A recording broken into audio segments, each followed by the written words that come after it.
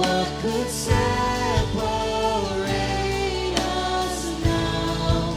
What a wonderful name it is. What a wonderful name it is. The name of Jesus Christ, my King. What a wonderful name it is. Nothing compares to this. What a wonderful name it is. The name of Jesus. What a wonderful name it is. The name of Jesus. Essa música declara que não há nome acima do nome do nosso Deus. Não há circunstância ou situação que é elevada acima do nome do nosso Deus. Que nessa noite você se entrega, que de fato você venha se entregar o coração e a sua alma diante dos pés do único que é digno de toda honra, toda glória e todo louvor. Cante a Ele, porque Ele merece o seu louvor. Death could not hold you. The veil tore before you. And silence the voice of sin and rain. The heavens are roaring the praise of your glory. For you are raised to life again. You have no rival. You have no rival. You have no equal. Now and forever, God, Yours is the kingdom. yours is the kingdom. Yours is the glory. Yours is the name above all names. What a powerful name it is. What a powerful name it is. The name of Jesus Christ. What a powerful name it is. Nothing can stand against. What a powerful name it is. The name Mais uma vez, you have no rival. You have no rival. You have no equal. Now and forever, God, yours is the kingdom. Yours is the glory. Yours is the name above all names. What a powerful name it is. What a powerful name it is. The name of Jesus Christ. What a powerful name it is. Nothing can stand against. What a powerful name it is. The name of Jesus. What a powerful name it is. The name of Jesus. What a powerful name it is. The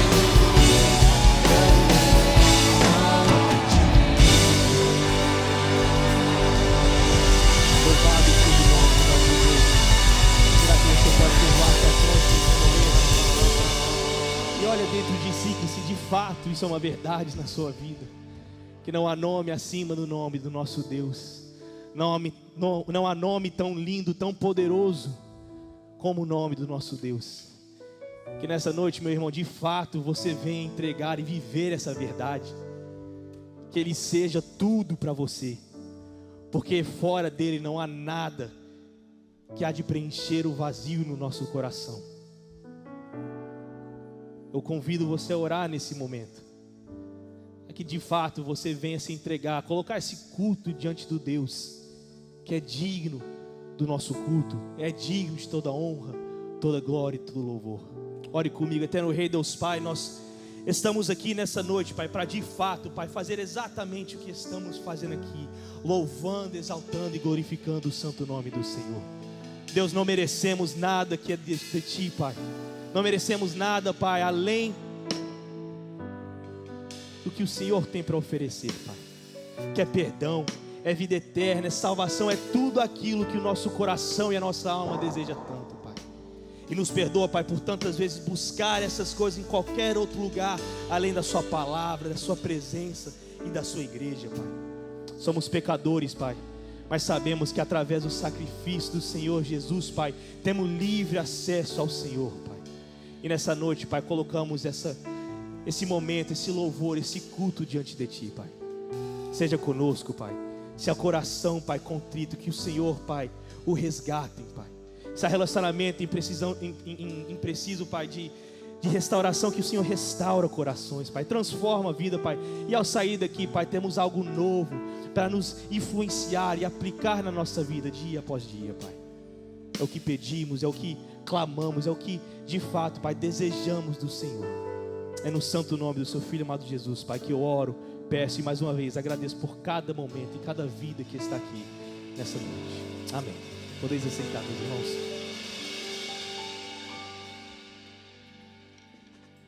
Amém, irmãos?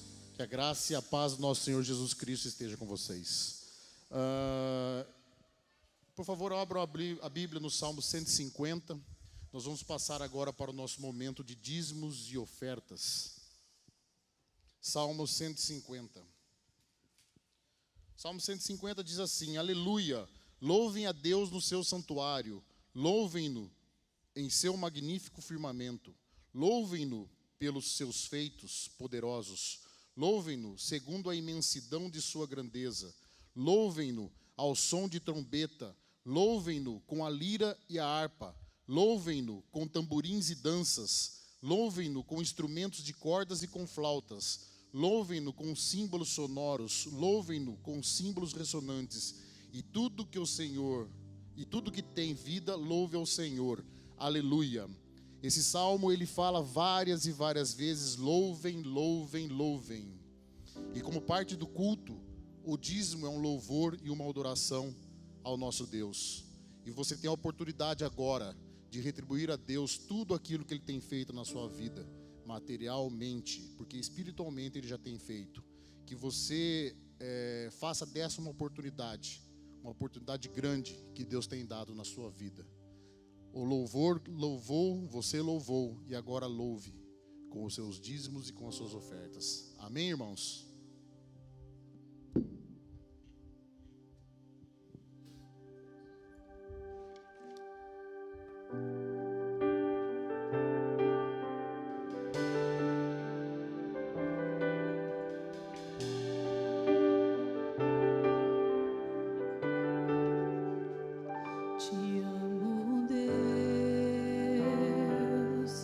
Tua graça nunca falha.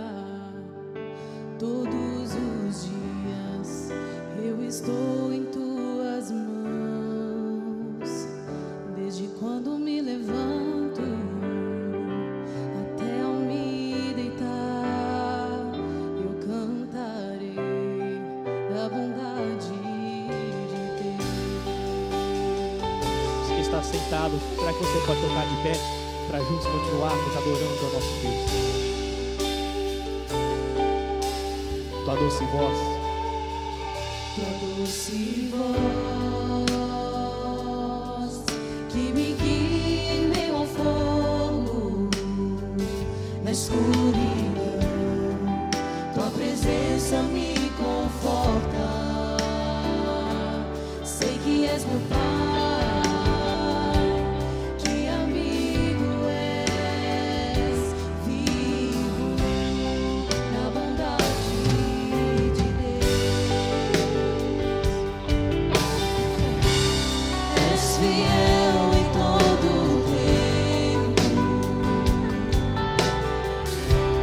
Todo tempo tu és santo.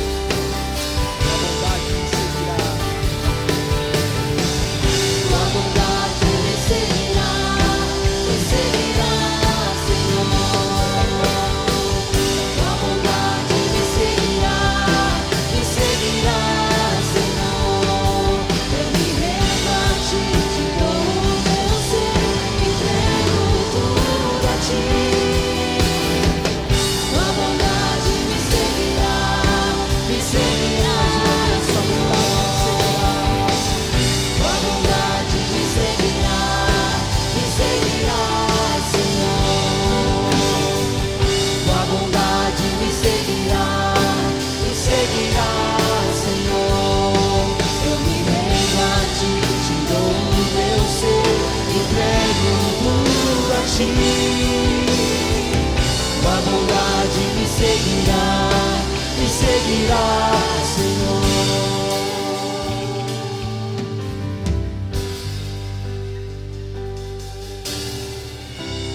És fiel em todo o tempo, em todo o tempo tu és tão bom, com todo o fôlego que tenho, eu cantarei da bondade de Deus.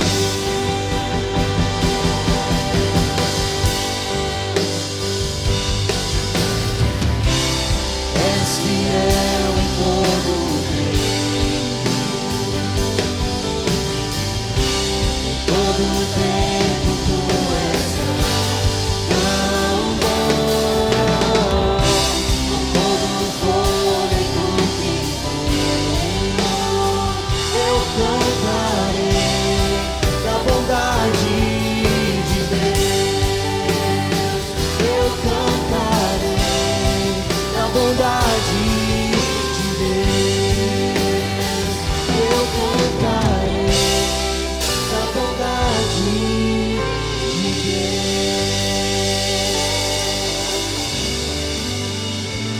Oremos, irmãos. Senhor, nosso Deus e Pai, nós te agradecemos, ó Pai, pela oportunidade que o Senhor nos dá, ó Pai, de estarmos aqui, ó Pai, prestar louvores ao Senhor através dos dízimos e das ofertas, ó Pai. Que o Senhor possa, ó Pai, fazer com que as pessoas compreendam cada vez mais a importância desse ato, ó Pai, e que esse dinheiro depositado aqui no gasofilácio, ó Pai, possa ser usado na Tua obra de maneira inteligente, ó Pai, de maneira que agrade ao Seu coração, ó Pai, e que nós possamos sempre avançar com o Teu reino, ó Pai. Nós te pedimos, te agradecemos, em nome de Cristo Jesus. Amém.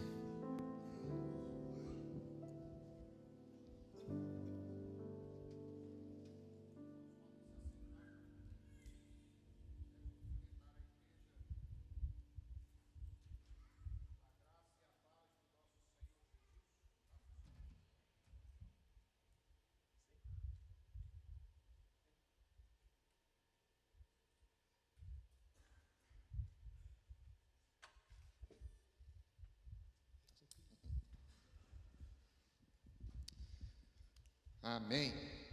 Vou falar de novo. Graça e paz, queridos. Graças a Deus. Eu queria saber quantos de vocês nos visitam pela primeira vez. Para te constranger, mas para expressar a vocês a nossa alegria de tê-los aqui. Você poderia levantar a sua mão onde você está? Tem uma turma aqui na frente, lá atrás também. Tem mais alguém que é a primeira vez que vem aqui a essa igreja? Ah, nossa querida irmã lá atrás. Nós queremos dizer a vocês que são muito bem-vindos, viu? Deus abençoe grandemente a vida de vocês. É uma alegria tê-los aqui. Ali também. Deus abençoe, viu, querido? É um privilégio receber vocês. O povo de Deus se alegra quando mais pessoas se ajuntam com este propósito ímpar de louvar, de bendizer e adorar o nome do Senhor. Vocês são muito bem-vindos aqui entre nós. Quando terminar o culto, não deixa você que é membro desta igreja dar pelo menos 10 abraços nesses irmãos, como uma demonstração de acolhimento e de carinho. Como parte desse culto, hoje à noite, nós vamos também ministrar o batismo infantil, e para isso eu gostaria de convidar a família do Lucas Bonilha aqui à frente, e também do Pedro Júnior, que estarão trazendo o Abner e a Gabriela. Sempre eu confundo Gabriela com Gabriele, e eles vão me ajudar a consertar se porventura eu errei. Podem subir aqui à frente, aqui em cima. Pode vir a família toda, os filhos também. Isso.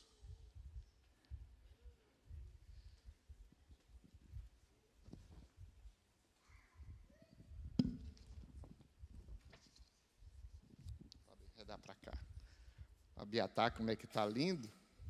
Está parecendo um pregador. Olha só. Olha só que bênção também a família do Pedro.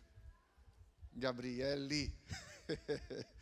Sempre eu erro, viu? Vocês me desculpem quando eu errar Gabriela com Gabriele. Tudo bem aí, Lourenço? Graças a Deus. Meus irmãos, vocês não sabem a importância disso diante do Senhor, das famílias serem apresentadas diante de Deus. Por que nós realizamos batismos? Porque é uma ordem bíblica. Mateus 28 diz que nós temos que ir por todo o mundo, pregar o Evangelho, batizando-os em nome do Pai, do Filho e do Espírito Santo. A razão, eu já apresentei, já falei várias vezes, de maneira até um pouco exaustiva aqui, por que nós batizamos crianças? A resposta simples é porque nós cremos na teologia da aliança. O que isso significa? Que Deus fez um pacto com seu povo, e neste pacto as crianças estão incluídas. Nós cremos que os nossos filhos são filhos do Senhor. A razão por que nós batizamos no Novo Testamento é porque no Novo Testamento algumas práticas que existiam no Velho Testamento mudaram. Como, por exemplo, a circuncisão, que era feita com a criança com 8 dias de nascido, e agora no Novo Testamento há o batismo como uma substituição da circuncisão. As pessoas perguntam, pastor, pode-se batizar qualquer criança na sua igreja? É preciso que sejam filhos de pais crentes, porque veja bem, se o filho pertence à família da aliança, que vínculo que os pais precisam ter? Um vínculo de aliança com Deus. Se os pais não testemunham a sua fé em Cristo Jesus, não terá sentido nenhum apresentar os seus filhos diante de Deus. Então é fruto da fé que os pais têm que apresentam os seus filhos diante do Senhor através do batismo. Tem outro texto nas Escrituras que eu queria ler com vocês, porque assim, além da ordem de Jesus, além da ordem do Novo Testamento, de nós batizarmos, né, em nome do Pai, do Filho e do Espírito Santo, tem o valor da família exaltado nas Escrituras. E veja bem, quando nós olhamos para as Escrituras, a Bíblia diz que o filho é santificado no convívio dos pais crentes. O esposo não crente é santificado no convívio da esposa crente, a esposa não crente é santificada no convívio do esposo crente. De outra sorte, os seus filhos não seriam santos, mas porque eles são santificados e creem no Senhor, a conclusão óbvia é, seus filhos são santos, são separados. Santidade aqui significa cada um dos nossos filhos são separados para o Senhor. Vocês lembram quando estavam tentando impedir as crianças de virem a Jesus? As palavras que Jesus disse: deixai vir a mim os pequeninos, porque dos tais é o reino dos céus. Na verdade, o texto até vai um pouco além e diz assim: se ninguém se fizer como uma dessas crianças, não herdará o reino dos céus. A ideia é, nosso coração precisa ser um coração entregue, submisso, rendido ao Senhor. E nós queremos louvar a Deus pela vida de vocês, pela família do Lucas, pela família do Pedro. Hoje, com certeza, é um dia especial na vida de vocês. Saberem que a família de vocês está debaixo de uma umbrella, de uma sombrinha de proteção divina, de provisão dos céus, de graça abundante vindo do alto. Não são bênçãos comuns que vocês estão recebendo, são bênçãos espirituais. Isso tem um grande valor na vida de vocês. Bênçãos comuns todo mundo recebe. A chuva cai sobre bons e maus, todos se alimentam, comem do fruto da terra, mas as bênçãos espirituais, elas são reservadas àqueles que creem no nome do Senhor. E apresentar os filhos diante do Senhor, isto é uma bênção. Que privilégio podermos dedicar os nossos filhos ao Senhor através do batismo. Portanto, antes de realizar o batismo propriamente dito, na vida da Gabriele e também do Abner, eu quero fazer algumas perguntas aos pais. Se vocês responderem positivamente, aí, nós vamos batizar. É claro, queridos, que é uma ordem de praxe dentro desse processo da cerimônia do sacramento do batismo. E é importante que a igreja saiba e que também vocês testemunhem diante de Deus esta convicção de fé que vocês têm no Senhor. E é uma oportunidade para expressar compromissos, né? Nossa vida é feita de compromissos, de decisões que nós tomamos. Isso nos ajuda e nos faz lembrar da responsabilidade que nós temos com aquilo que nós assumimos. Tá bem, queridos? Então, a primeira pergunta que eu quero fazer é uma pergunta simples, mas muito objetiva. Vocês creem em Jesus Cristo como Senhor e Salvador da vida de vocês e que não há outro mediador entre vocês e Deus a não ser Cristo Jesus, homem? Sim. Vocês creem também nas Escrituras Sagradas, esse livro que nós temos em mão, que tem sido tão combatido nos dias de hoje, tentando desfazer o seu valor e a sua importância? Creem nele como a palavra de Deus, como a única regra de fé e de prática para a nossa vida? Sim? Vocês também creem que a igreja instituída por Deus é o lugar onde vocês, como família, podem crescer e amadurecerem na sua fé, exercendo duas coisas importantes? A primeira delas é, como família, adorar e bendizer o Senhor, e a segunda coisa é educar os filhos de vocês na instrução das Escrituras. Resumindo, a pergunta é: vocês consideram a igreja como algo importante na vida de vocês como família? Sim? Vocês também prometem, diante de Deus e diante da igreja, em educar os filhos de vocês, o Lucas e a sua família, o Abner, o Pedro e a sua família, a Gabriele, nas Escrituras, ensinando-os a guardarem as Escrituras, claro, à medida que eles forem entendendo. Enquanto não entendem, orar com eles, falar com eles, instruí-los, amá-los e fazê-los enxergar, através do cuidado de vocês, o amor de Jesus por eles? Sim? Vocês prometem também se sujeitar com os filhos de vocês, a igreja da qual vocês fazem parte, a essa liderança, enquanto esta igreja permanecer fiel às Escrituras, à palavra do Senhor? Sim? Muito bem. Eu queria que a igreja ficasse em pé. Eu queria fazer uma pergunta para toda a igreja. E se vocês concordarem com a pergunta, eu gostaria que vocês respondessem positivamente. Porque, olha só, há uma responsabilidade individual, familiar na vida de vocês, de cuidarem dos filhos de vocês. Mas essa responsabilidade se amplia quando nós pensamos em igreja. Ou seja, vocês como família, pastor, liderança, igreja, cada um tem o dever de cuidar, de interceder, de dar suporte, de abençoar, ajudar cada criança na educação do Senhor e da palavra do Senhor. Então, a pergunta que eu quero fazer à igreja é: vocês prometem diante de Deus e diante dessas famílias aqui presentes, se comprometerem em auxiliá-los na educação, na formação espiritual dessas crianças, intercedendo por eles, com eles, abençoando a vida deles e sendo um suporte constante a esta família para a educação dessas crianças? Sim? Muito bem. Então, nós vamos agora realizar o ato do batismo, e eu peço aos irmãos que permaneçam em pé. Peço o auxílio de um diácono aqui para segurar para mim, por favor, a bandeja, por alguém para me auxiliar.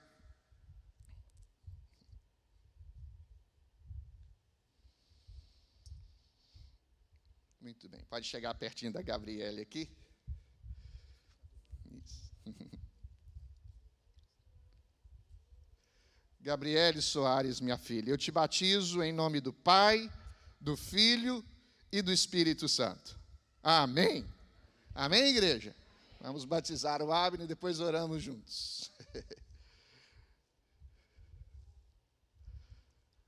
Abner, meu filho, eu te batizo em nome do Pai, do Filho e do Espírito Santo.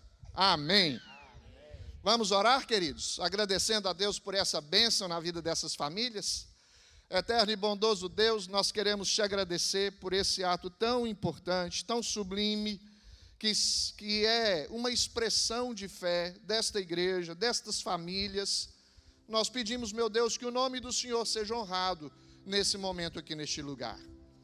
Nós queremos pedir que o Senhor dê sabedoria dos céus ao Lucas, à Ariane, na educação dos seus filhos, do Abner, do Abiatar, de quantos outros vierem. Da mesma forma, ó Deus, ao Pedro, a Gisele, nesse trabalho tão sublime de educar os seus filhos, a Gabriele, o Lorenzo, todos os seus filhos, o Pedrinho, que essas famílias, meu Deus, recebam dos céus bênçãos sobre bênçãos, que eles vejam a cada dia o agir, o mover do poder e da graça do Senhor na vida deles. Que o Teu Espírito Santo manifeste o Seu cuidado, auxiliando e dando a cada um deles sabedoria. Que essas crianças, que são crianças do Senhor, cresçam em sabedoria, em estatura e graça diante do Senhor e dos homens. Nós louvamos o Teu nome porque o Senhor, meu Deus, é quem nos escolheu antes mesmo da fundação do mundo. O Senhor, o nosso nome está escrito no livro da vida antes de qualquer um de nós existisse. E nós louvamos porque cremos plenamente. O Senhor plantou no coração de cada uma dessas famílias, da nossa vida, desta igreja, de que essas crianças são do Senhor. Louvado seja o Teu nome, bendito seja o Teu nome. Pedimos, ó Deus, que o Senhor aceite a nossa adoração e o nosso louvor, em nome de Jesus. Amém. A igreja pode se assentar, as famílias permaneçam um pouquinho aqui ainda em cima. A Ariane vai louvar ao Senhor com uma canção.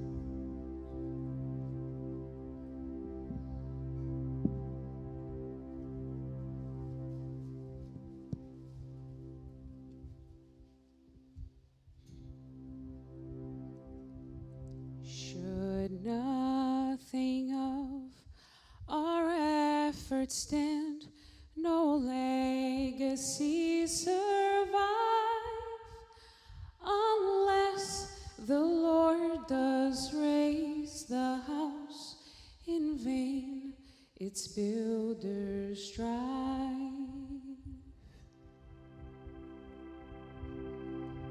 To you who boast tomorrow's gain, tell me, what is your life? A mist that vanishes at dawn. All glory be to Christ.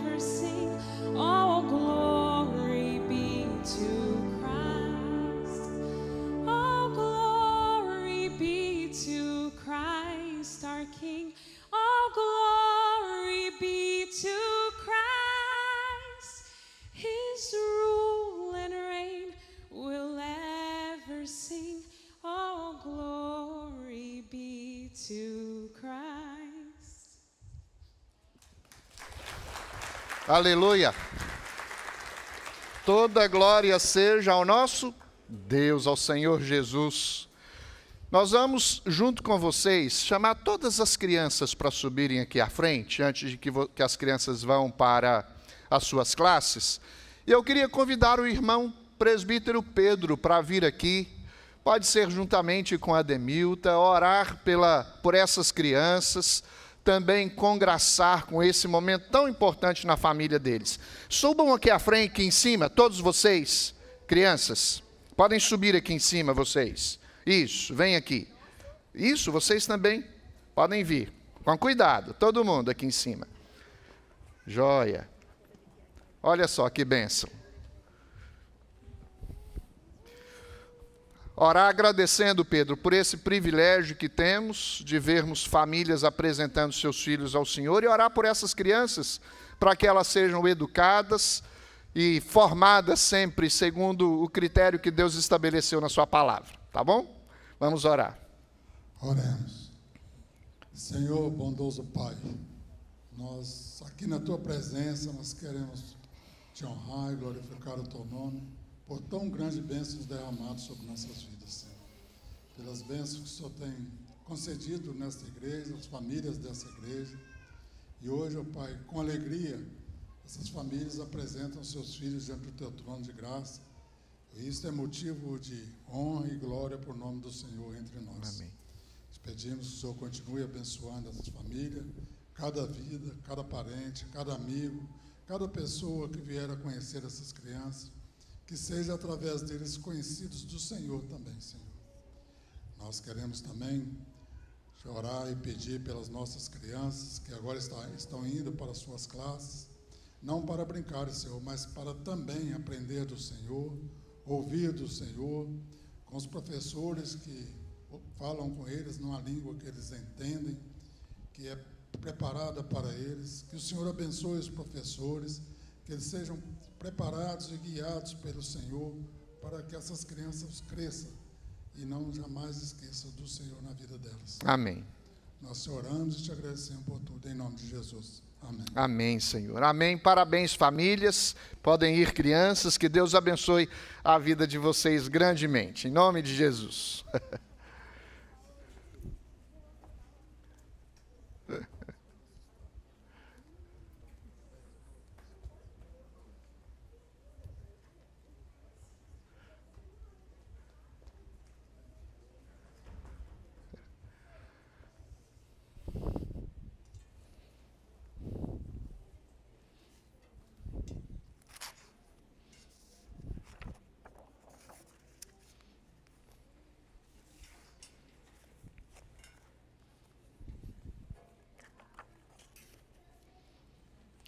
Meus irmãos, para a nossa reflexão nesta noite, eu quero convidá-los a abrirem suas Bíblias no livro do profeta Isaías. Nós vamos ler no capítulo 40, os versículos de 1 até o versículo 11. Isaías, capítulo 40, versículos 1 até o versículo 11.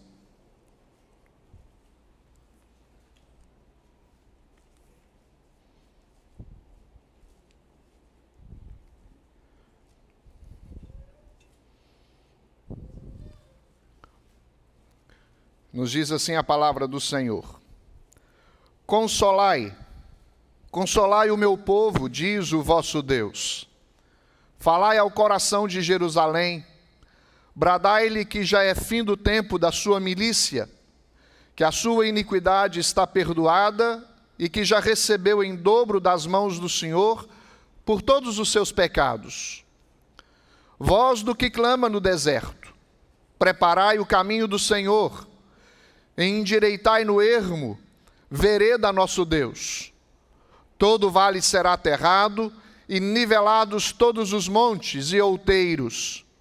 O que é tortuoso será retificado, e os lugares escabrosos aplanados. A glória do Senhor se manifestará, e toda carne haverá, pois a boca do Senhor o disse. Uma voz diz, clama, e alguém pergunta, que hei de clamar? Toda carne é erva, e toda a sua glória como a flor da erva. Seca-se a erva e caem as flores, soprando nelas o hálito do Senhor. Na verdade, o povo é erva. Seca-se a erva e cai a sua flor, mas a palavra de Deus permanece eternamente. Tu, ó Sião, que anuncias boas novas, sobe a um monte alto. Tu que anuncias boas novas a Jerusalém, ergue a tua voz fortemente. Levanta, não temas, e dize às cidades de Judá: eis aí está o vosso Deus. Eis que o Senhor Deus virá com poder, e o seu braço dominará. Eis que o seu galardão está com ele, e diante dele a sua recompensa. Como pastor, apacentará o seu rebanho. Entre os seus braços recolherá os cordeirinhos, e os levará no seio. As que amamentam, ele guiará mansamente. Que o Senhor se digne de nos fazer, de compreender, de aplicar esta palavra a ponto de compreendermos a mensagem que esse texto traz a cada um de nós nessa noite. O tema da nossa mensagem é o Deus que consola. O Deus que consola. Tem uma frase de Spurgeon que eu gosto muito que diz assim: fui a Jesus como estava, abatido, triste, cansado. Nele encontrei lugar de descanso e por ele fui alegrado. Por Jesus. Esse texto fala de redenção, de consolo, de restauração. Necessidade de conforto, de consolo, não é uma prerrogativa só dos enlutados, é também, mas é de todos aqueles que estejam passando por alguma necessidade.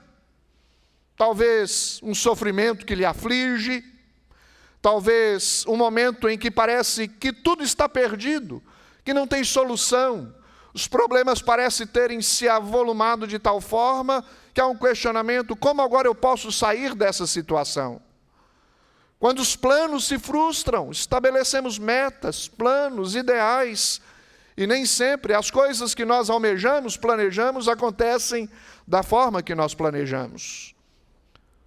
Muitas vezes nós nos sentimos sufocados, até mesmo pela nossa rebeldia, incredulidade. Conhecemos o grande, tremendo e temível Deus, e a Ele nós adoramos, e olhamos para a nossa condição e perguntamos: o que será de nós?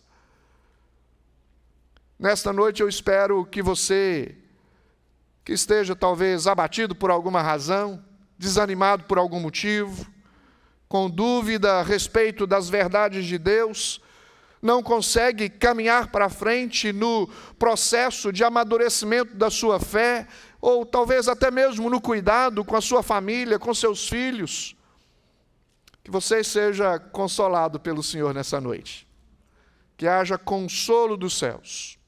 Quando nós olhamos para Isaías 40, há um consolo peculiar, particular, que Deus traz para o povo de Judá, para o povo que estava cativo na Babilônia. Mas é preciso linkar este consolo para este povo, neste tempo específico, com a nossa realidade, sempre apontando para aquele que veio trazer conforto para o aflito. E este que veio chama-se Jesus Cristo. Não é possível desassociar uma mensagem de redenção do Antigo Testamento que apontava para o Redentor revelado no Novo Testamento. Por isso eu quero compartilhar, com base neste texto, algumas verdades de edificação para a nossa vida. A primeira delas é a importância de reconhecermos a condição deplorável para que se tenha expectativa de um Redentor. Qual era a condição deplorável do povo de Judá, do povo de Jerusalém, dos judeus? Eles estavam cativos, eles estavam na Babilônia. Vocês sabem muito bem que o imperador Nabucodonosor II reinava no império antigo e com certeza uma potência dominante. O Oriente Médio com certeza teve reis bons e reis ruins. E aqui está uma nação que não deixa de ser um instrumento de Deus para trazer ao povo de Deus juízo. O povo foi levado para o cativeiro babilônico. Normalmente nós perguntamos por que sofre o povo. Às vezes olhamos a nossa história de vida, fazemos uma pergunta a respeito da nossa condição, por que nós sofremos? É possível, muitas vezes, que os sofrimentos que experimentamos seja motivo de algumas destas coisas que talvez caracterizavam a razão pela qual o povo de Judá estava sofrendo. Vou citar algumas delas. O povo desprezou a advertência do Senhor. Sempre Deus advertia e anunciava de que eles precisavam ser obedientes, andar nos caminhos do Senhor e não negociarem a glória que deve ser dada a Deus, com oferecerem a glória que deveria ser dada a Deus a outros deuses. Os profetas, como por exemplo Ezequiel e Jeremias, profetizaram nesse tempo e disseram que a desobediência traria consequências severas. Sempre uma advertência de alguém que está numa posição de autoridade aponta para as consequências dos nossos atos, sejam eles de desobediência ou de obediência. Neste caso aqui, o povo estava sofrendo por desobediência. Eles foram por exílio porque violaram a aliança do Senhor, se tornaram idólatras. Eles praticavam injustiças sociais, exaltavam os que eram providos de recursos e menosprezavam os pobres. As viúvas e os desalentados não tinham atenção nenhuma. Eles foram levados cativos porque se afastaram de Deus. Isaías 40, este capítulo que nós lemos, começa com uma mensagem de conforto para o povo, indicando algumas coisas que nós em Cristo Jesus podemos encontrar, porque a relação do sofrimento do povo de Israel nos momentos de juízo se assemelha aos sofrimentos dos impenitentes, dos incrédulos, dos que não estão andando nas veredas do Senhor, na vereda do justo. E eles então tiveram uma profecia de alento, de conforto, e a profecia indicava ao aflito que haveria refrigério. Indicava àqueles que estavam sem noção para onde iriam que havia esperança. Indicava e afirmava para aqueles que se encontravam completamente perdidos de que eles seriam achados novamente. Indicando para aqueles que se sentiam aprisionados, encurralados, subjugados, que haveria salvação para eles. Nós encontramos aqui, meus queridos, uma promessa de perdão para aqueles que se arrependem. A profecia de Isaías é uma afirmação de que a história daquele povo mudaria. Como nós podemos afirmar que a história de todos os que creem no nome do Senhor muda? Nenhum dos que um dia se entregam a Cristo Jesus e se submetem ao senhorio do Senhor, à direção da palavra do Senhor, permanecem os mesmos. Eles mudam de vida. Há uma nova história. Nós encontramos aqui a manifestação da abundante graça e misericórdia do Senhor sobre este povo, lhes assegurando perdão e restauração. Coisas que nós precisamos, necessidades comuns a todos nós, necessidades comuns a todas as nações, a todos os povos, em todos os tempos. Porque nós vivemos num mundo quebrado. Esta promessa de restauração, ela gera uma responsabilidade da proclamação. Isaías, meus irmãos, inicia sua profecia dizendo: consolai, consolai o meu povo, diz o vosso Deus. Esta era a função daqueles que estavam sendo chamados, escolhidos, trazidos pelo Senhor para se levantarem como mensageiros do Senhor.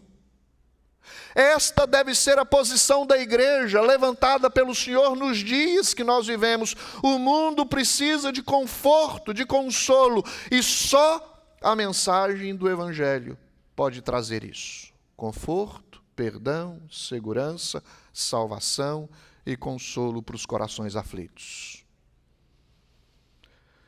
Depois da queda de Jerusalém, que aconteceu em 586 a.C., o povo levado para a Babilônia, poderiam talvez pensar que Deus os abandonou e que se esqueceu da sua aliança, da aliança que ele fez com seu povo, da aliança que nós mencionamos agora há pouco aqui ao batizar essas crianças.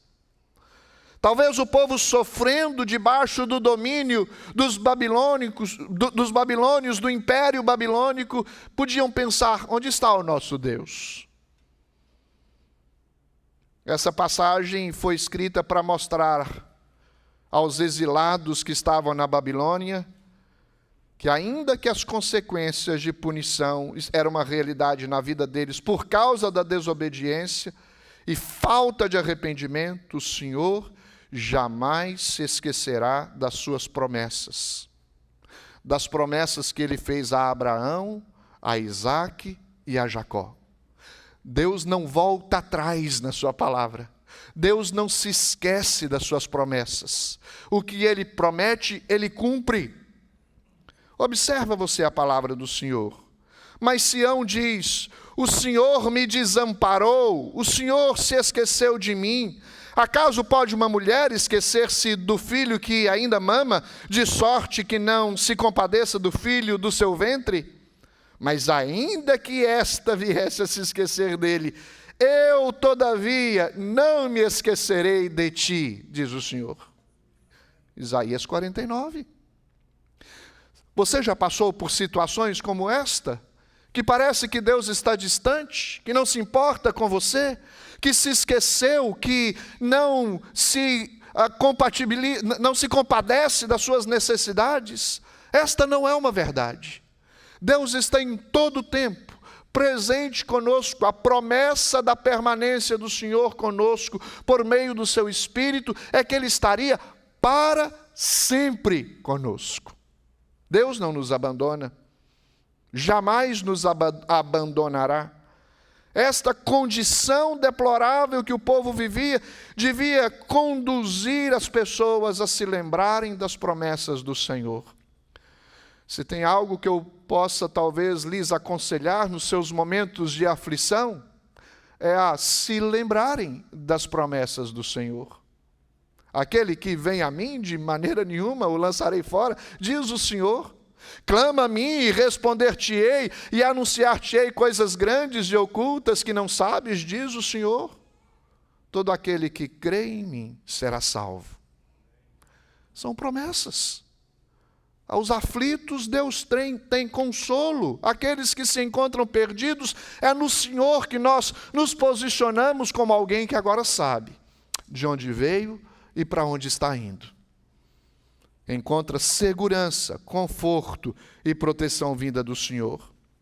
Esta condição deplorável em que o povo vivia deveria lhes conduzir a isso, a se lembrarem que o Deus a quem nós servimos é grande e tremendo em seus feitos e não muda com a sua palavra. Nada melhor do que ouvir uma boa nova. Depois de experimentar uma condição de sofrimento, que alívio para aqueles que estavam exilados, subjugados, sofrendo com certeza em um país diferente, sem ter o lugar de adoração, o templo para cultuar o Senhor, longe da família, da terra onde nasceu, cresceu e conheceu o Senhor e também desenvolveu culturalmente toda a sua personalidade, a sua formação, longe de tudo. Sofrendo as consequências desse exílio, mas agora ouve uma palavra de consolo vinda do Senhor.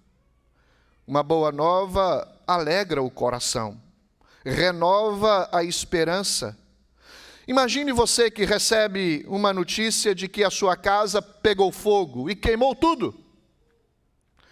E você, por um instante, fica desanimado, entristecido, Mas de repente ouve o telefone tocar, você atende e diz: olha, aqui é o seguro que você tem da sua casa, não se preocupe, tudo será coberto. Aí você faz: ufa, ainda bem, que alívio. Perdeu, mas restaurou, recompensou. Imagina você que o médico te dá um diagnóstico de que a sua doença é uma doença importante, grave. E isso traz a você uma perplexidade, traz a você angústia, traz você indagação sobre o seu futuro, mas logo de imediato o médico diz: mas não se preocupe, sua enfermidade tem cura. Aí você alivia, esboça um sorriso e expressa a Deus a gratidão por tão grande conforto que você recebe daquele momento. Você ouve que o juízo de Deus virá, mas se arrepende dos seus pecados, e Deus lhe perdoa. E você agora está em Cristo, recebe a dádiva da salvação e ouve a afirmação das Escrituras: nenhuma condenação há para aqueles que estão em Cristo Jesus. Louvado seja o nome do Senhor. Que conforto, que alívio, é o consolo que Deus traz para a nossa alma, porque nós precisamos. É uma boa nova que sucede uma má notícia. Nós precisamos de Deus. E o que precisamos, Deus proveu. Deus proveu o Redentor. Deus é o próprio Redentor. É o Redentor de Judá, é o Redentor da igreja, é o Redentor de todos aqueles que creem no nome do Senhor. Primeiro ponto, reconhecer que nós precisamos. Nós estamos em uma condição deplorável. Mas há um segundo ponto que eu quero destacar, que é uma promessa confiável. As profecias de restauração. Qual profecia? A Bíblia diz que o rei está vindo para restaurar a condição deste povo.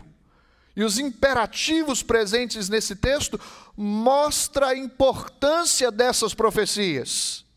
Olha só o que no texto nós encontramos como frases imperativas. No verso 2, falai ao coração de Jerusalém. No verso 1, consolai o vosso povo. O verso de número 9, ergue a tua voz fortemente. O verso 3, preparai o caminho do Senhor. Ou seja, algo urgente, algo que não podia ser deixado de praticar, de ser levado em seus efeitos. O povo sofreu as consequências da desobediência, mas há uma oportunidade de perdão, de arrependimento, de volta. Judá, sob o comando dos reis Jeoaquim e Zedequias, se rebelou contra a Babilônia, por isso Jerusalém foi destruída, sob o comando de Nabucodonosor. Permaneceram exilados por 70 anos, mas há uma promessa do misericordioso Deus de livramento, de libertação, de restauração. Observe você que palavras tremendas nós encontramos em Deuteronômio capítulo 30, versos 1 a 3. Quando, pois, todas essas coisas vierem sobre ti, a bênção e a maldição que pus diante de ti, se te recordares delas entre todas as nações, para onde te lançar o Senhor teu Deus, e tornares ao Senhor teu Deus, tu e teus filhos, de todo o coração e de toda a tua alma, e deres ouvidos à tua voz, segundo tudo que hoje te ordeno, então o Senhor teu Deus mudará a tua sorte, e se compadecerá de ti, e te ajuntará de novo de todos os povos entre os quais te havia espalhado o Senhor teu Deus. Uma promessa de perdão, de recolhimento, de trazer de volta as ovelhas que estavam desviadas para um aprisco seguro, para a presença de Deus. É Deus não abrindo mão daqueles que são seus, mas dando-lhes a direção e a direção é: arrependam-se, humilhem-se diante do Senhor. Há uma promessa de restauração. Haveria um dia que o Senhor os consolaria. Isaías, claro, está profetizando que Deus, como grande pastor, os tiraria daquela condição. E é importante você observar o seguinte: veja que esses imperativos, pregai, anunciai, consolai, falai, não aponta para a palavra do Senhor, porque os profetas falavam em nome do Senhor.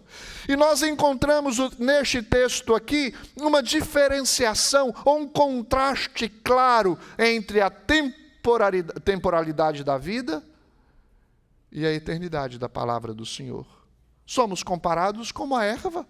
Seca-se a erva, cai a sua flor, desaparece, desvanece, se dissolve, deixa de existir. Assim somos todos que habitamos nessa terra. Um dia passaremos daqui, mas a palavra do Senhor permanece eternamente.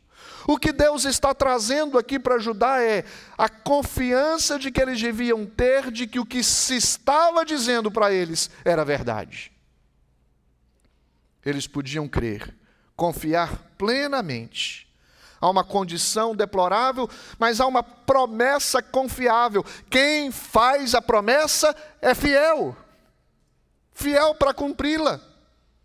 Você já observou que às vezes nós erramos nos votos que fazemos, nos compromissos que estabelecemos. Nós falhamos nas nossas lealdades, nós somos infiéis com Deus e uns com os outros. Mas o Deus a quem nós servimos é diferente de nós. Ele é fiel em cumprir com a sua palavra. Esse texto descreve esta natureza temporária da vida, mas revela quão poderosa é a palavra de Deus que nos garante o cumprimento dessas promessas que são feitas. A autoridade e a força da segurança da vida que nós temos no Senhor é a própria palavra de Deus. Não é a minha palavra que afirma quão seguro você está no Senhor, é a própria palavra de Deus. É ela que lhe assegura. É interessante que tem duas expressões que eu quero destacar aqui com vocês, quando nós pensamos nesta confiança que temos que ter nas promessas que são feitas, nas profecias anunciadas no Antigo Testamento, como esta que nós acabamos de ler. O verso 4 diz que todo vale será aterrado. É interessante que os reis antigos mandavam arautos à sua frente em uma jornada para remover os obstáculos. As caminhadas normalmente eram difíceis. As lutas que enfrentariam eram duras. As jornadas eram longas. Haviam altos e baixos, montanhas, terrenos irregulares. E era preciso que eles caminhassem no cumprimento do seu dever, da sua missão. Muitas vezes nós pensamos que na nossa jornada de fé, os obstáculos nos impedirão de caminhar. Mas se confiamos nas promessas do Senhor, assim como Deus está dizendo para o povo de Judá, o povo de Jerusalém: olha, vocês vão voltar para casa. O terreno é difícil, a estrada é longa, não é fácil a jornada, mas serão aterrados, serão aplainados, serão nivelados. Não se preocupem, vocês chegarão lá. Se nós mantivermos uma fé verdadeira e genuína no Senhor, é verdade que na nossa jornada de fé há obstáculos, mas não se preocupem, Deus está convosco. Os caminhos não serão aplainados, eles já foram. O Senhor Jesus morreu na cruz do Calvário, possibilitou um retorno confiável de todo aquele que crê no Senhor. Nós podemos ver os céus, antever a glória do Senhor e louvar o seu nome por tão grande redenção. O Senhor nos salvou. Nós precisamos, meus irmãos, trazer de volta a consciência da necessidade de obediência e fidelidade ao Senhor. É interessante que Isaías está trazendo ao povo a oportunidade de arrependimento. Eles não poderiam permanecer numa posição de orgulho, de hipocrisia religiosa, mas eles tinham que estar prontos para experimentarem uma vida nova que Deus lhes prometera. Há uma promessa de que os caminhos serão aplanados no verso 4. E há uma promessa no verso 5 de que a glória do Senhor se manifestará e toda carne haverá, porque a boca do Senhor o disse. Deixa eu dizer uma coisa para vocês. Nós somos criados para a glória de Deus. Nós somos criados para a glória de Deus. Todo homem é criado para a glória de Deus. Toda criação deve glorificar o nome do Senhor.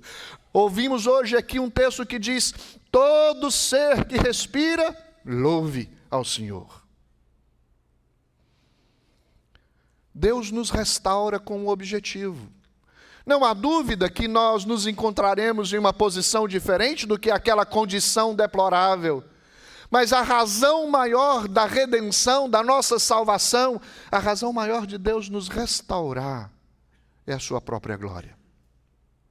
É para que Ele seja glorificado entre os povos. E o texto está dizendo aqui que a glória do Senhor se manifestará. As pessoas verão o que Deus faz o que Deus faz com um povo que se rende, que se arrepende, e exaltará e glorificar o nome do Senhor.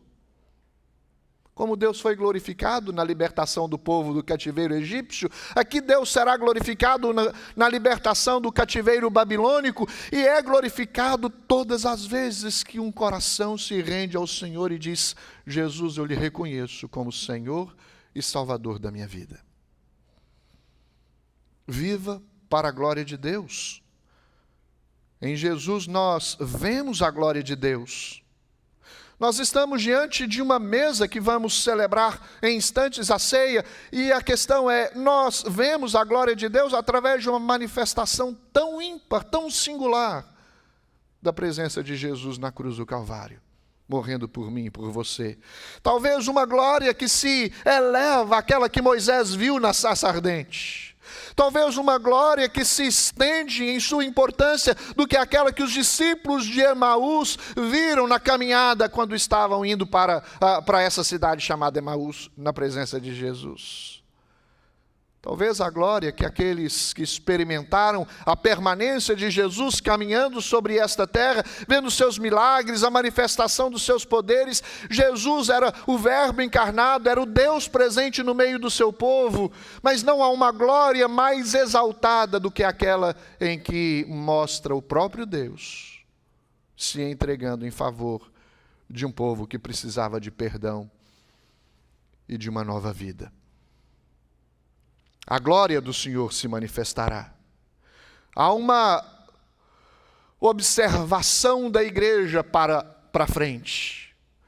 E há uma expectativa da igreja de um dia chamado último dia.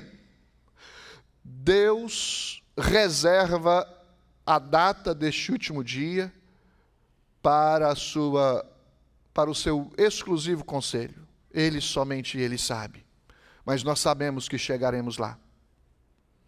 Deus está dando a nós uma oportunidade de arrependimento para que neste dia nós não sejamos julgados, mas que vejamos a glória do Senhor. E nós seremos recompensados pelo Senhor. Não por causa do mérito que eu e você praticou, mas por causa do mérito do próprio Senhor Jesus. A redenção nos faz olhar para o Cristo da glória. E nós precisamos, meus irmãos, entender que esta glória que se dispõe a morrer por nós, ela precisa ser exaltada. Nós vemos a glória do Senhor. Eu não sei o que você pensa quando nós cantamos aqui. Eu vejo a glória do Senhor hoje aqui. O que é que você está vendo? Qual a sua expectativa? Apenas uma expressão de beleza, ou de uma arte, ou de um drama, ou de uma apresentação? Não é esse o propósito. O propósito é que você olhe para o seu coração e perceba quão grande é a sua fidelidade para com o Senhor, a ponto do Senhor se agradar de você, que percebe a sua glória e exalta o seu nome. É para que a igreja se renda humildemente à presença de Deus. Se qualquer ato de qualquer um de nós, neste âmbito, neste ambiente chamado igreja, eclesiasticamente falando, qualquer ato religioso, se não tiver o objetivo de exaltar e glorificar o Senhor, nós estamos fugindo deste propósito maior, de ver a glória do Senhor. Ver a glória do Senhor significa que Deus está presente, recebendo louvor e adoração, falando à igreja, mudando corações e dando-nos compreensão clara do Evangelho. Eu preciso de um Redentor. Jesus o enviou para morrer na cruz do Calvário, e hoje eu o recebo pela fé. Nós precisamos reconhecer nossa condição, confiar nas promessas do Senhor e experimentar a realidade da transformação, uma realidade testemunhável. Durante o exílio, o povo de Deus refletiu sobre suas falhas e buscou retornarem para Deus. Este foi um preparo do caminho para o retorno para Jerusalém. E haveria reconstrução da cidade, reconstrução do povo, reunião das famílias, renovação espiritual deste povo, religiosa. O tempo do exílio na Babilônia foi um período de sofrimento, mas também de transformação e de preparo para experimentar aquilo que Deus lhes tinha reservado. É interessante que o texto diz, a partir do verso 10, eis que o Senhor Deus virá com poder, o seu braço dominará, eis que o seu galardão está com ele, e diante dele a sua recompensa. Olha o verso 11, como pastor apacentarei o seu rebanho, entre os seus braços recolherei os cordeirinhos e os levará no seu seio, recolherá os cordeirinhos e os levará no seio, as que amamentam, ele as guiará mansamente. Esta é uma profecia de garantia que o Senhor viria, traria consolo e cuidado. Quando nós nos convertemos, nós não podemos alimentar a ideia de que seremos deixados de lado. Nós temos Jesus como nosso grande pastor. Não é isso que o salmista expressou no Salmo 23? O Senhor é o meu pastor, e nada me faltará. Isso quer dizer que é Ele quem me guia, me conduz, me orienta. Nós temos a presença do Senhor conosco, somos pastoreados, uma condição deplorável, um reconhecimento de que precisamos de um Redentor, uma confiança das promessas de que Ele viria, e a experiência da presença desse Redentor conosco muda toda a nossa história, como mudou a história do povo de Israel. Toda tentativa, meus queridos, de se salvar sozinho é frustrante, é ineficaz. Jesus é o nosso Salvador, Jesus é o nosso Redentor.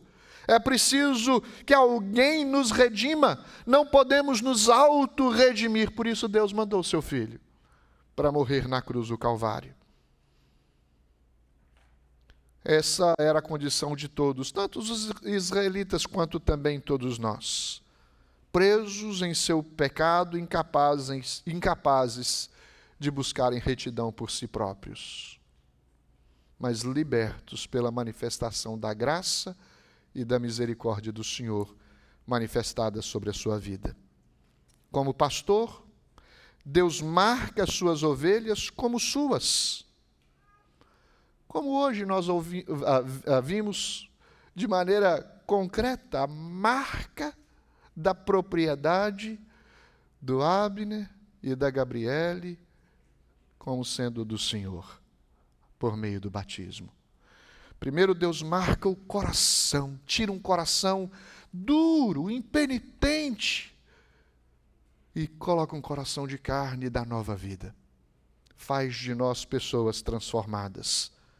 Meus irmãos, É o Senhor quem fornece a provisão para que a gente caminhe nessa nova condição. Não existe uma experiência que se iguala à experiência dos cristãos neste mundo onde nós nos encontramos, porque não há outro ambiente onde se manifesta a presença do Senhor do que no ajuntamento do povo de Deus. A garantia da manifestação da presença do Senhor é que onde estiverem aqueles que se reúnem em nome do Senhor, o Senhor está ali abençoando, trazendo a vida para sempre. A bênção do Senhor, como diz o Salmo 133, ó, como é bom e agradável viverem unidos os irmãos. É algo importante isso que nós estamos fazendo aqui. Ser igreja é algo significativo. Nós não podemos abrir mão disto. É claro que na jornada da nossa caminhada cristã nós enfrentamos lutas, provações, dificuldades, mas Deus não se ausenta de nós, Ele está conosco. Os obstáculos, com certeza, eles serão removidos, os caminhos aplanados, e Deus nos levará, não separados uns dos outros, mas juntos, como um povo, como uma família, até o final dessa jornada. Em nome de Jesus. Deus está conosco. É Ele quem nos liberta e é Ele quem nos dá uma vida transformada. Nós temos o consolo do Senhor, como o salmista também expressou no Salmo 23, verso 4, tua vara e o teu cajado me consolam. Eu quero concluir, queridos. Quero que vocês entendam que, como o Senhor prometeu ao povo de Judá, isso se manifestou, de que Ele viria com mão forte e poderosa para libertá-los, e o povo voltou. Esta frase, eis que o Senhor nosso Deus virá, trouxe esperança para os exilados na Babilônia. Deixa eu repetir esta frase para cada um de nós nesta noite. O Senhor Jesus voltará. E tudo que hoje é imperfeito, tudo que é limitado, tudo que ainda evidencia as marcas que o pecado trouxe para este mundo e para a nossa vida, será desfeito com a volta de Jesus. Nós seremos recondicionados a uma vida diferente. Nós habitaremos novos céus, um novo céu e uma nova terra. Estaremos na presença do Senhor para sempre. O povo de Judá voltou para Sião que eles aguardavam, o Canaã que eles esperavam. Mas há um Canaã celestial que nós aguardamos. Ali nós habitaremos para sempre. Jamais qualquer outro rei terá o poder de nos levar cativos, porque quem está nas mãos do Senhor está seguro eternamente. A vinda do Redentor não era uma boa notícia apenas para eles, é uma boa nova para você, para cada um de nós que nesta noite se encontra aqui. É uma notícia que ainda é ouvida pela proclamação do Evangelho. A boa nova para o povo de Judá foi anunciada pelos profetas. E hoje a boa nova é anunciada pela exposição, pela pregação do Evangelho nos dias em que nós vivemos. Deus, por meio do seu Filho, nos deu nova vida e Ele nos pastoreia. O exílio da Babilônia foi um período de sofrimento, mas eles experimentaram a salvação e transformação do Senhor porque se arrependeram diante de Deus. O Deus que está conosco nos apacenta e cuida de nós, como cuida de todo aquele que crê no seu nome. Ele cuida das suas necessidades, Ele cuida da sua família, Ele cuida dos seus filhos. As promessas do Senhor não falham. Elas se cumprem constantemente, perfeitamente, como são ditas. Os judeus foram autorizados a voltarem para Jerusalém, mais ou menos por volta do ano 538. pelo decreto de um rei chamado Ciro. Ou seja, a profecia se cumpriu. Ciro era rei da Pérsia. Isaías 40 é citado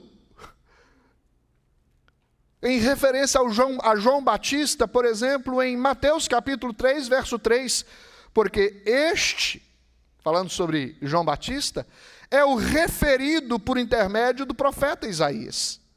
Voz do que clama no deserto, preparai o caminho do Senhor, endireitai as suas veredas.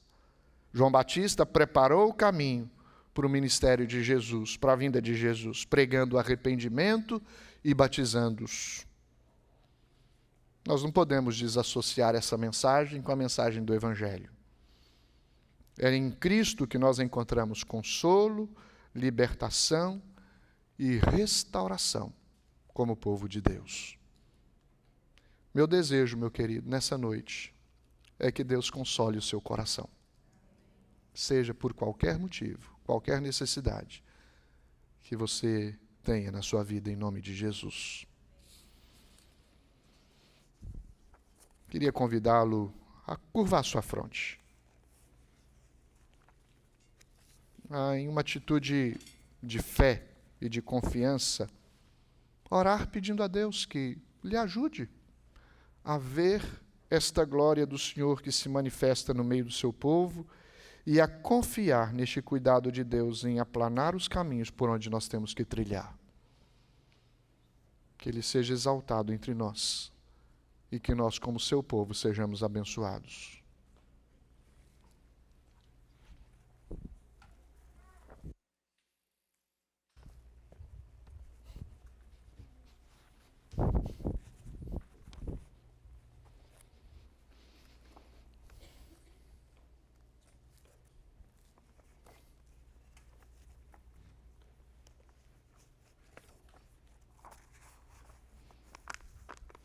Queria convidar os presbíteros aqui presentes para nos auxiliar na ministração do sacramento da ceia do Senhor. E convidar a igreja a abrir a sua Bíblia em 1 Coríntios, capítulo 11.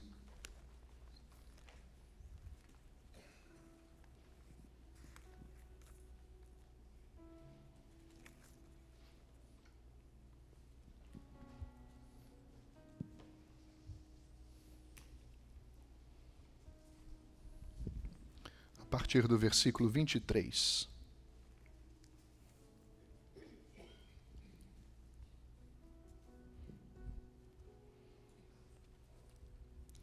Nos diz assim as Escrituras: porque eu recebi do Senhor o que também vos entreguei, que o Senhor Jesus, na noite em que foi traído, tomou o pão e, tendo dado graças, o partiu e disse: isto é o meu corpo que é dado por vós. Fazei isto em memória de mim. Por semelhante modo, depois de haver ceado, tomou também o cálice e disse: este cálice é a nova aliança no meu sangue. Fazei isto todas as vezes que o beberdes em memória de mim. Porque todas as vezes que comerdes este pão e beberdes o cálice, anunciais a morte do Senhor, até que Ele venha. Por isso, aquele que comer o pão ou beber o cálice do Senhor indignamente, será réu do corpo e do sangue do Senhor. Examine-se, pois, o homem a si mesmo, e assim coma do pão e beba do cálice. Que importância tem o pão e o cálice no momento da ceia? A ponto de ser enfatizado várias vezes aqui pelo apóstolo Paulo nesta instituição da ceia do Senhor, nesta celebração de um ato também tão sublime. Por que que nós precisamos enfatizar? Primeiro, por causa da sua simbologia. Aponta para o Cristo que se deu por nós, que morreu na cruz, que entregou o seu corpo em sacrifício em nosso favor, que derramou o seu sangue para nos perdoar dos nossos pecados. Eram exigências da lei. Pão e vinho simboliza que nós nos alimentamos de Cristo. É o símbolo do corpo de Cristo e do sangue de Cristo derramado na cruz do Calvário. Não é uma necessidade básica para a nossa vida física? Pão. Todos nós precisamos nos alimentar. Não é essa a realidade espiritual de todos nós? Precisamos de nos alimentar do Senhor. Ele é o pão que desceu do céu. É o pão da vida. É dele que nos alimentamos e somos sustentados.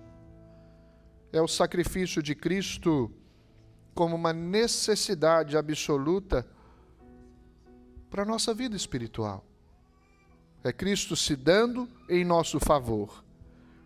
Assim como nós não podemos viver sem os elementos básicos para a nossa sobrevivência, nós não podemos viver sem Jesus. Essa semana, nos pequenos grupos, nós estudamos sobre a existência de Deus. O que nós aprendemos é, na sociedade de uma maneira geral, principalmente em muitas nações orientais, asiáticas, algumas nações têm milhares e milhares de deuses. Porém, todas estas referências a todos esses deuses são referências que não se sustentam porque são deuses falsos. Há só um Deus, o Criador de todas as coisas que existem. O Deus que nos escolheu, o Deus que nos redimiu, o Deus das Escrituras. É a Ele que nós servimos e adoramos. Quando participamos da ceia, nós estamos declarando a nossa fé no trino Deus. Este Deus a quem nós servimos, Ele é trino, Pai, Filho e Espírito Santo. E nos rendemos a Ele. E agora, na mesa do Senhor, evidencia o caráter da vida da segunda pessoa da Trindade, ou seja, Cristo Jesus é aquele que se deu em nosso favor. Deus planejou a nossa redenção, o Filho executou a nossa redenção, indo para a cruz do Calvário, e o Espírito Santo aplica no nosso coração. Você só pode entender essas coisas quando o Espírito Santo nos move a entender as coisas espirituais. Nós precisamos do pão, precisamos do vinho,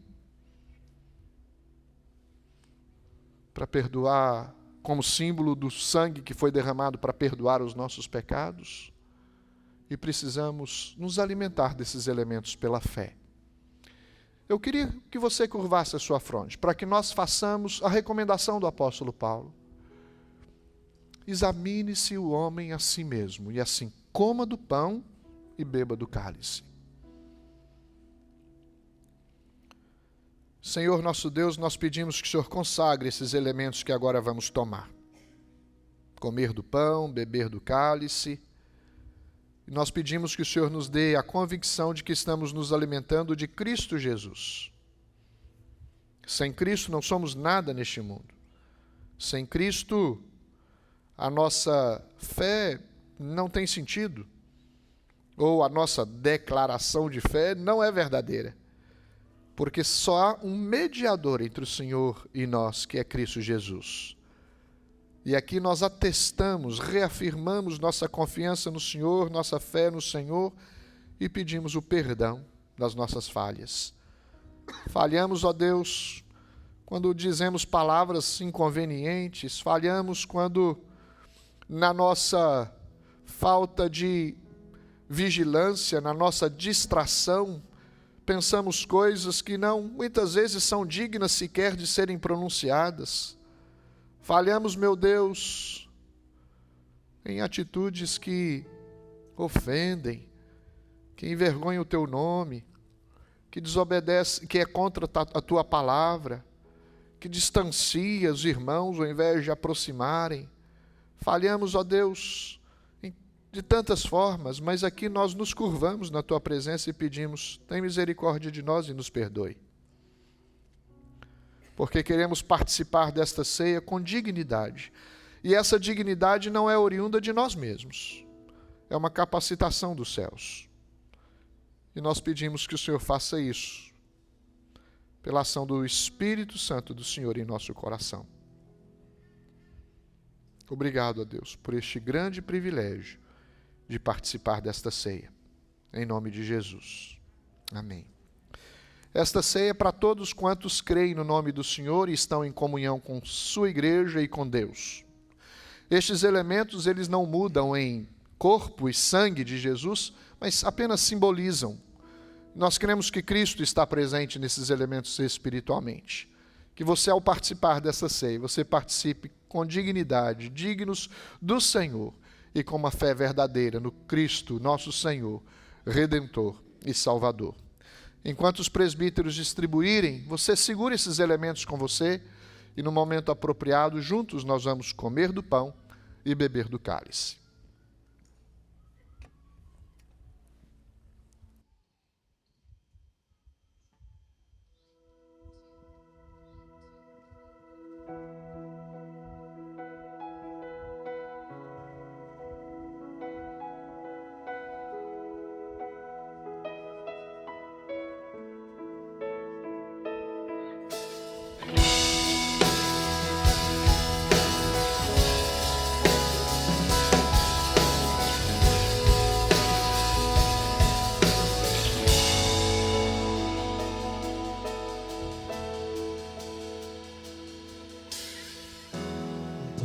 Para salvar, um pacto para selar, silêncio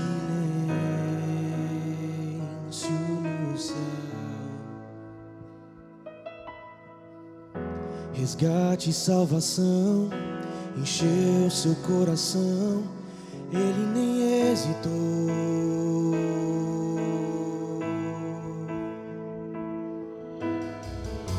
No palco do amor, o autor anunciou a vida e salvação.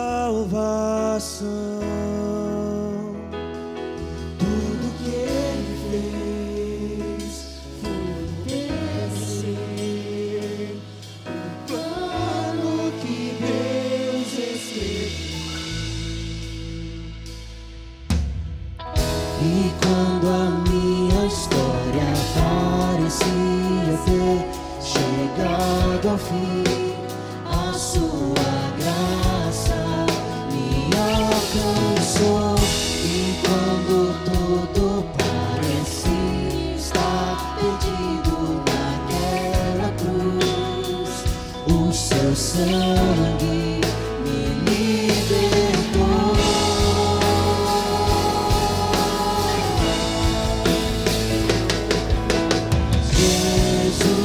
O plano perfeito, mistério da graça que me transformou. Esse nome é Jesus, nome sobre todos, veio pra salvar, ele me salvou. Um plano pra salvar, silêncio no céu, resgate e salvação, encheu seu coração, ele me hesitou. No palco do amor, o autor anunciou a vida e salvação.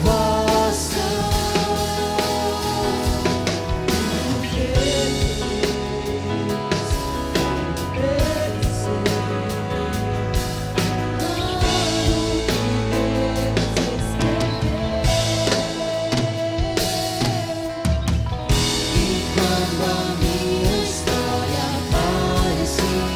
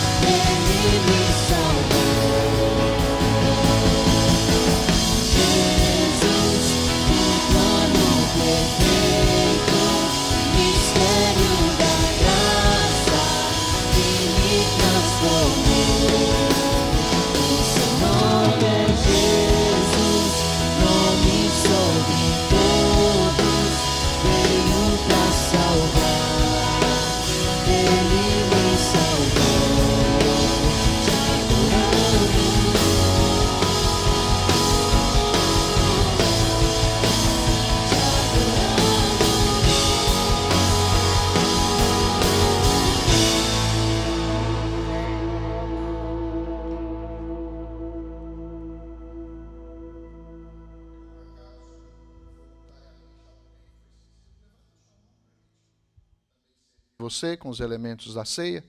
Só manifeste aí onde você está, se alguém foi esquecido na distribuição dos elementos. Muito bem. Este é o momento em que a igreja participa junto de algo que foi ordenado para que a gente faça até que o Senhor volte. Fazer isso em memória de mim, até o retorno, a segunda volta de Cristo Jesus. E ele disse, na noite em que foi traído junto com os discípulos, tomou o pão, o partiu e, tendo dado graças, ele disse: isto é o meu corpo que é dado por vós. Tomai e comei dele todos. Vamos juntos comer do pão.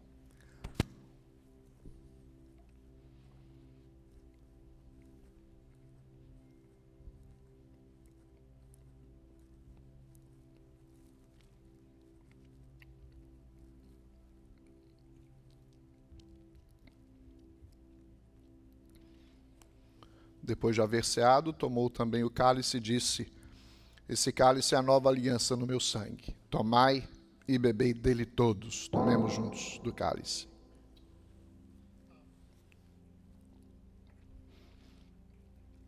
E vamos dizer juntos: graças a Deus. Podeis assentar por um instante, queridos. Eu sei que o pastor falou para você sentar, vamos colocar de pé para finalizar esse momento de culto, cantando mais um louvor. Desculpa, pai.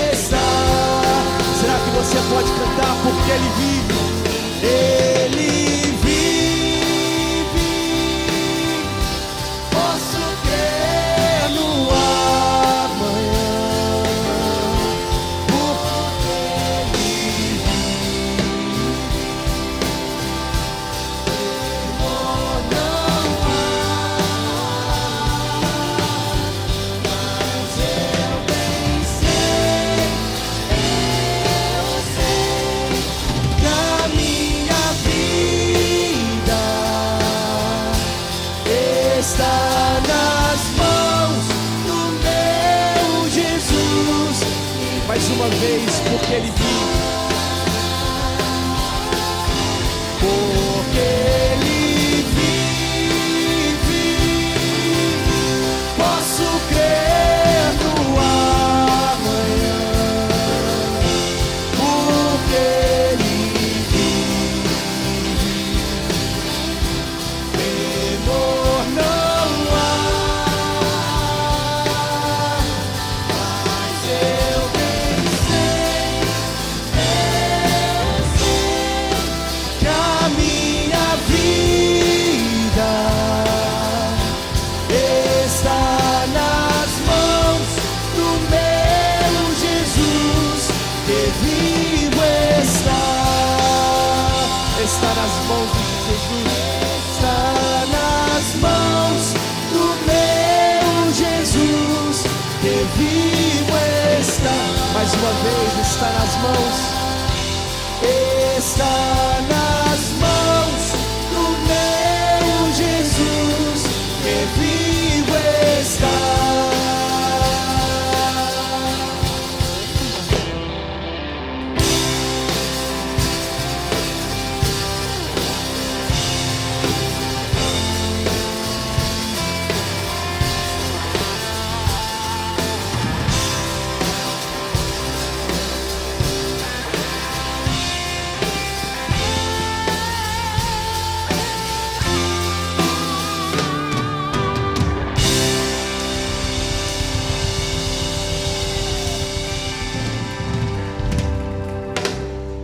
Amém, irmãos. Alguns segundos mais. Eu confisquei esses últimos minutos aqui do pastor. Eu queria ler um versículo bíblico aqui. Salmo 37. Não precisa abrir, só confirma comigo aqui. Verso 23.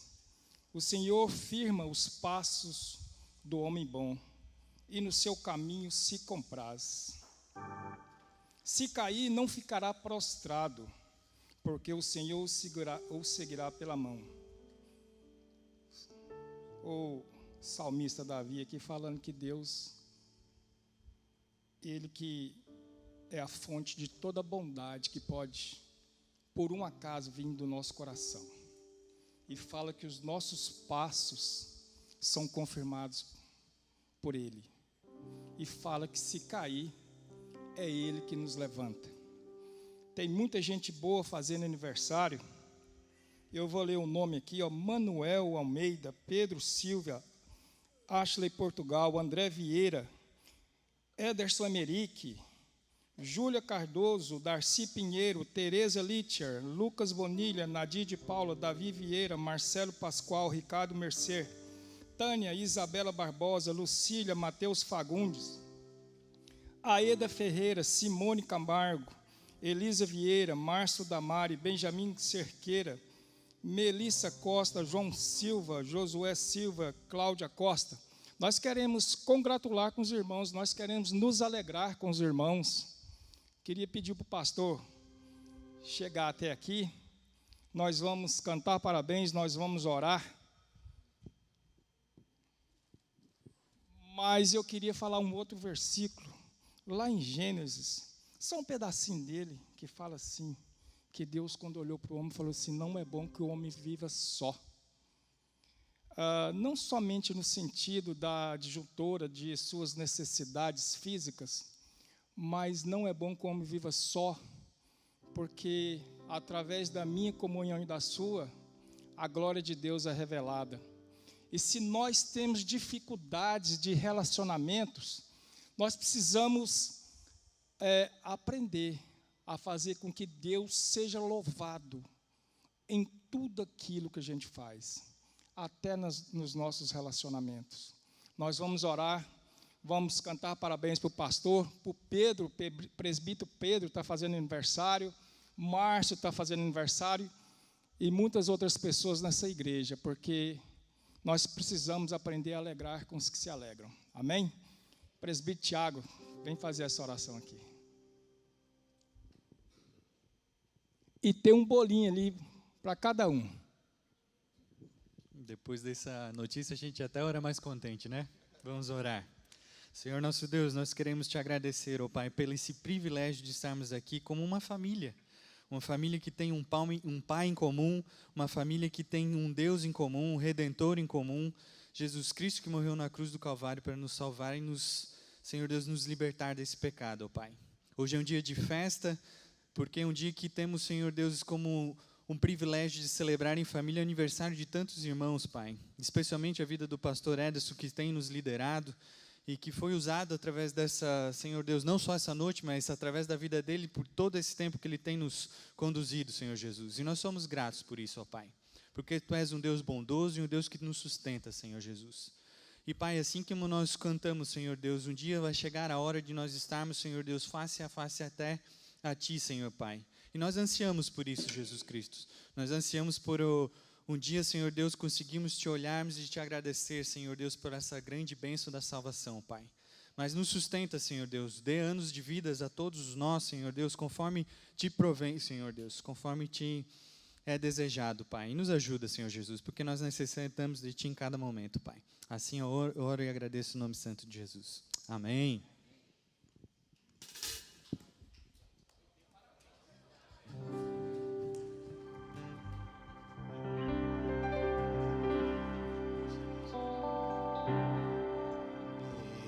Pra você essa data querida,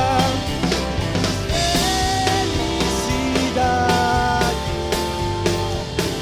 Mais uma vez, parabéns.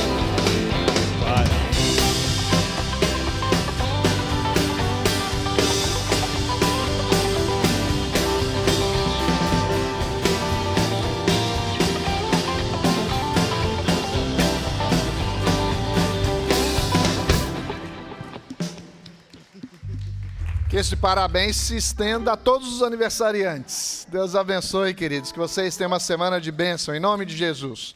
Dê um abraço no seu irmão, não se esqueça.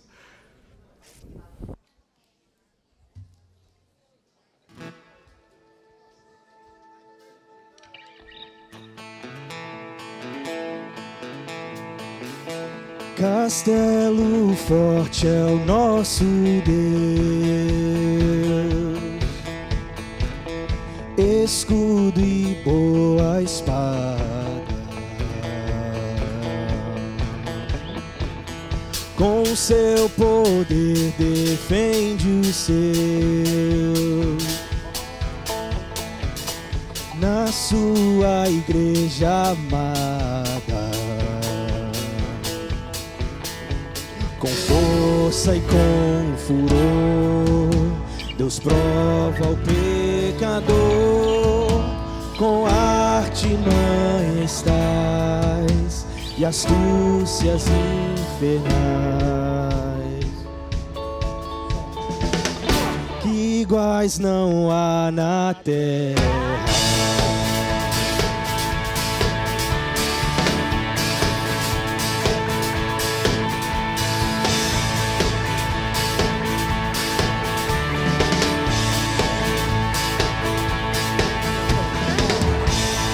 Nossa força vai,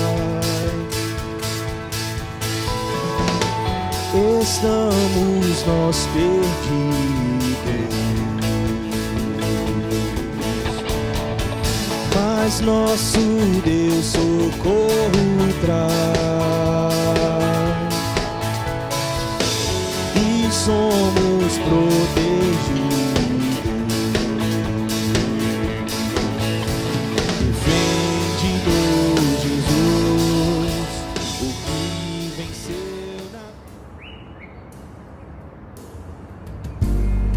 Mais uma vez a gente está aqui com Augusto Nicodemos, ó, supimpa, tá da hora, igreja lotada, graças a Deus.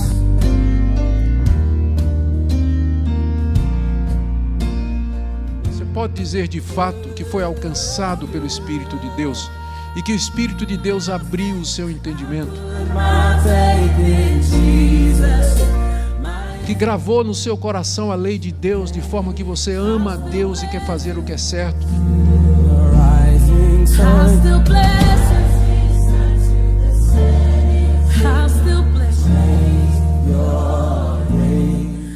isso que o Espírito de Deus está fazendo em nossos dias através do ministério do Evangelho.